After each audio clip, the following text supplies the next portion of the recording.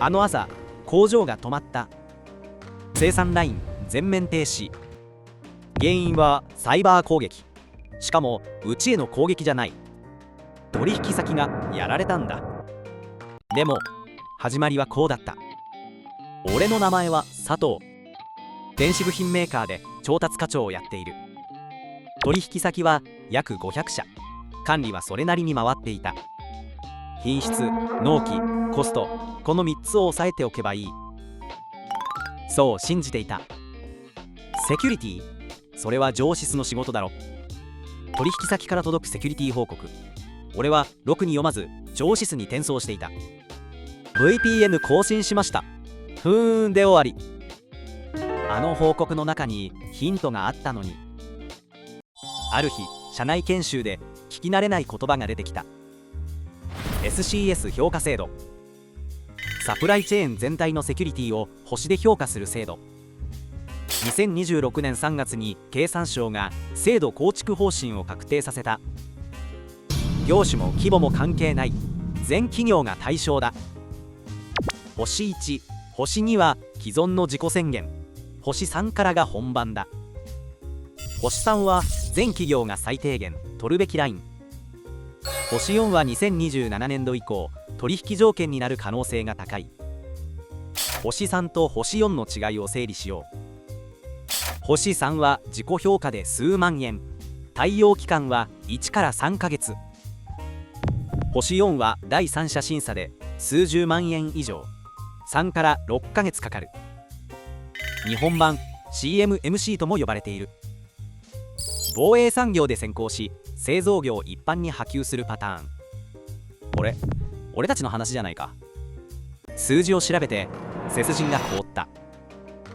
2025年上半期のセキュリティインシデント247件。そのうち約3割がサプライチェーン経由の被害。でも待て、うちは ISMS 取得済みだ。 ISO27001 があれば SCS 評価もだいたいカバーできるだろ。それは甘かった。 ISMS と SCS 評価制度は別の制度だったんだ。取引先管理、ネットワーク図、これらは ISMS の対象外だった。 ISMS で適用除外にした項目が SCS では必須だった。ならば取引先にも星取得を求めなければ。そこで法務部に相談した。返ってきたのはこんな言葉だった。取引法に引っかからないよう十分調べてやってね。注意喚起のふりをした責任回避だった。結局調達が一人で判断しなきゃいけないのか。そんな矢先だった。主要取引先がランサムウェアにやられた。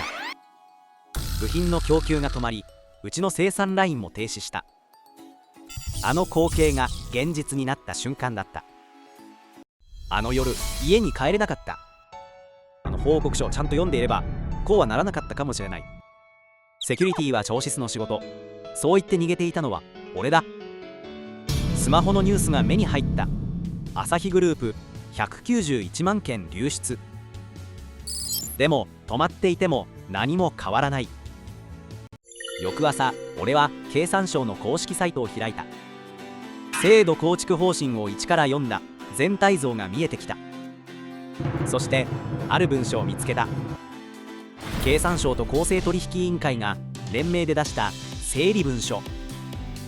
サプライヤーへのセキュリティ対策の要請の際はパートナーシップ型なら OK、 一方的な押し付けは NG。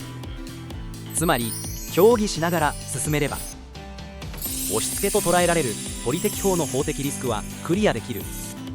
法務に頼れないなら自分で根拠を揃えればいい。俺が動いた3つのこと。まず上位20社のセキュリティ対応状況を確認した。定期商談に1問だけ追加した。 SCS 対応の予定はありますか。次に経営会議で議題に挙げた。発注側として取引先にどのスコアを求め、受注側として自社は何番を目指すか。最後に経産省の公式方針をチームで読み合わせた。全体像を把握するだけで見える景色が変わった。半年後、法務部に対応案をレビューしてもらい根拠を固めた。取引先と一緒に SCS 対応を進めている。セキュリティは上質の仕事？いや違う。サプライチェーン全体を守るのは調達の仕事だ。制度が走り出してから慌てるより今先手を打つ、それが調達担当者の仕事だと思う。あなたの会社ではどうだろうか。最後まで見てくれてありがとう。このチャンネルでは調達の現場で役立つ話をしていく。この話が少しでも役に立ったならチャンネル登録してくれると嬉しい。